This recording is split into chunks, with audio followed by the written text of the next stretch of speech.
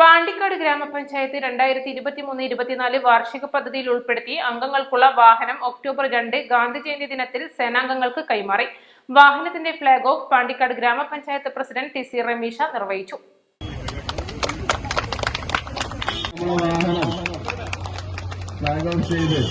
ഹരിതകർമ്മസേനയുടെ വാഹനം ഓടിക്കൊണ്ടിരിക്കുന്നത് വാടകക്കാണ്.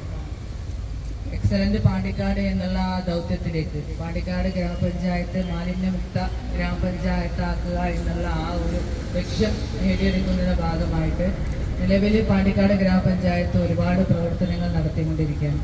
അതിന്റെ ഭാഗമായി ഹരിതകർമ്മസേന അംഗങ്ങൾക്ക് സ്വന്തമായിട്ടുള്ള ഒരു വാഹനം വാങ്ങണമെന്നുള്ള ഭരണസമിതിയുടെ ആഗ്രഹപ്രകാരം ഈ ഒരു വർഷത്തെ 2023-24 വാർഷിക പദ്ധതിയിൽ ഫണ്ട് വകയിരുത്തിക്കൊണ്ട് നമ്മൾ നിലവിൽ സ്വന്തമായിട്ട് ഹരിതകർമ്മസേനയ്ക്ക് വാഹനം വാങ്ങിയിരിക്കുകയാണ്. അതിൻ്റെ ഔപചാരികമായ ഉദ്ഘാടന കർമ്മമാണ് ഇന്നിവിടെ നിർവഹിക്കുന്നത്. പാണ്ടിക്കാട് ഗ്രാമപഞ്ചായത്ത് എല്ലാ പ്രവർത്തനങ്ങളിലും മുൻതൂക്കം കൊടുക്കുന്നതോടൊപ്പം ഹരിതകർമ്മസേനാംഗങ്ങളും മാലിന്യ മുക്ത നവകേരള പദ്ധതിയോടനുബന്ധിച്ച് എല്ലാവിധ പദ്ധതികളും നടപ്പിലാക്കിക്കൊണ്ടിരിക്കും. ചടങ്ങിൽ ഗ്രാമപഞ്ചായത്ത് വൈസ് പ്രസിഡന്റ് കെ സദക്കത്ത് അധ്യക്ഷത വഹിച്ചു.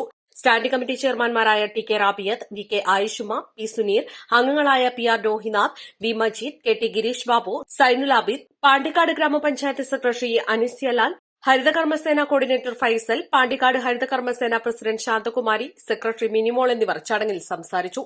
East Live, Pandikkad.